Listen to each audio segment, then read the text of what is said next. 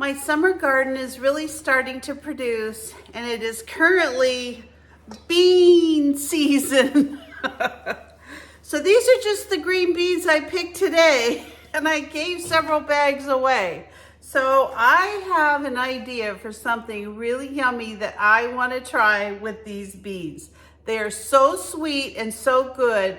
I grew a stringless pole bean this year, and these are the sweetest, most wonderful beans I have ever grown. So I'm going to show you, we're going to try this recipe together. It's for some mustard beans, and let me show you the recipe. So this recipe comes from the Ball Complete Book of Home Preserving, and the recipe that we're going to be making today is here on page 309, mustard beans.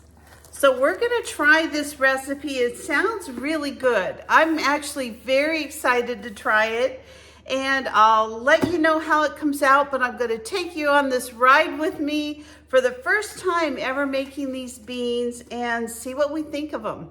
So this recipe calls for these beans to be water bath canned. It's because I'm using so much vinegar. And so I'm gonna go ahead and get these jars on the stove and get them heating up, and then I'll show you how we'll put the recipe together. So we're gonna start off by cleaning our beans and cutting them into just little bite-sized pieces. We need 11 cups. Okay, to a half of a cup of water and 2.5 cups of white vinegar, we're going to add 3 cups of sugar,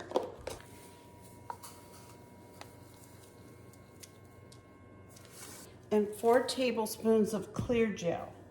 Now, Clearjel is very similar to cornstarch, but the difference is that you can use this, it's a stable product that you can use when you're canning things. So to this mixture, we're gonna add 1/4 of a cup of dry mustard, 1/4 of a cup of canning salt. Now I use kosher salt, 1 tablespoon of ground ginger, and 1 teaspoon of ground turmeric. And we're gonna put all those in together. And we're just gonna give that a stir. And we're gonna bring this to a simmer.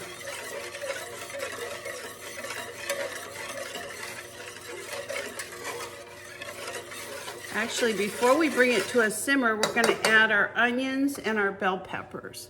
So I've got 4 cups of onions and 1.5 cups of bell peppers. I've used red bell peppers, so it's gonna be about 1 large red bell pepper to 2 large, I use white onions, but I assume you could use any onions you like. As soon as this comes up to a boil, we're going to turn it down a little bit, but we're gonna let it boil for about 5 minutes. So we've had our onion and pepper mixture boiling. I turned it down and just have had it at a simmer for the last 5 minutes. I wish you could smell this. Smells amazing. So the next step is that we're gonna put our green beans into our pan. Now, I gotta be careful none of this splatters, so I'm gonna use my hands for this. And what we're gonna do is just heat these green beans through, and then we're gonna start the canning process. As soon as these are heated up, we're gonna take our hot jars out, and we're gonna start adding this to the jars. Now it said in the canning book that you could actually use yellow wax beans along with green beans, that was supposed to look really pretty in the jars. And I don't have any yellow wax beans that I grew this year, just these stringless pole beans, but they are out of this world. They're just absolutely delicious this year. So that's what I'm gonna use. So let me start taking some jars out. I'm gonna get this all heated through, and then we're gonna start canning them. So my green beans are completely heated through. So all I'm gonna do at this point is put some green beans into my jars. And at this point, I'm just gonna take out more of the green beans and vegetables because I'm gonna do the juice this juice, sauce, whatever it is at the very end. We're gonna fill those up to 1/2 inch of headspace. All right, so I'm gonna fill all these jars up before I start with the liquid and see how much this makes.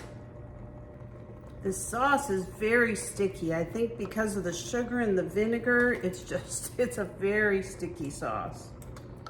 But I have to tell you, I actually tried this and boy, is it ever delicious. Now what we're gonna do is start filling this up, these jars up with this liquid. And we're gonna fill them up to 1/2 inch of the headspace. Now I'm gonna fill them up to 1 inch and then I'll top them off after I've had a chance to go through and get the bubbles out. I think I'm gonna have just enough liquid to can these.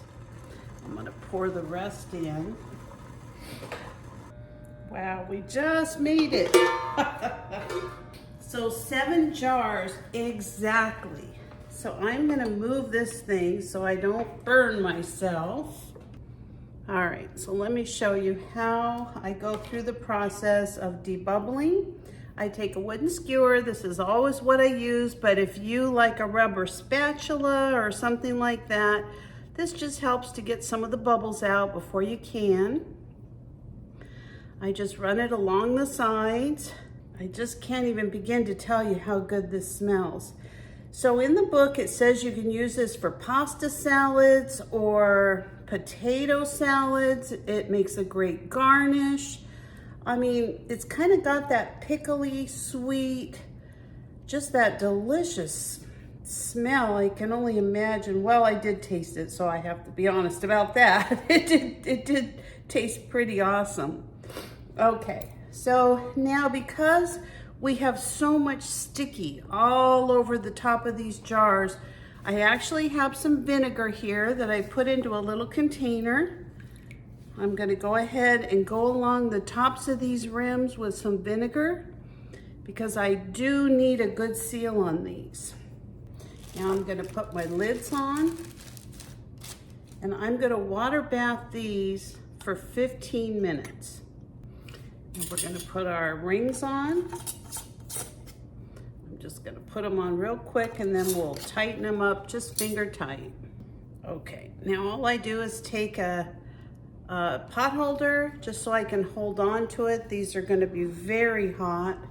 You don't wanna burn yourself, but you do need these to be tight enough that all of this stays together, but you don't want it super tight. They say finger tight, so it's just as tight as your fingers will tighten on there without being too hard.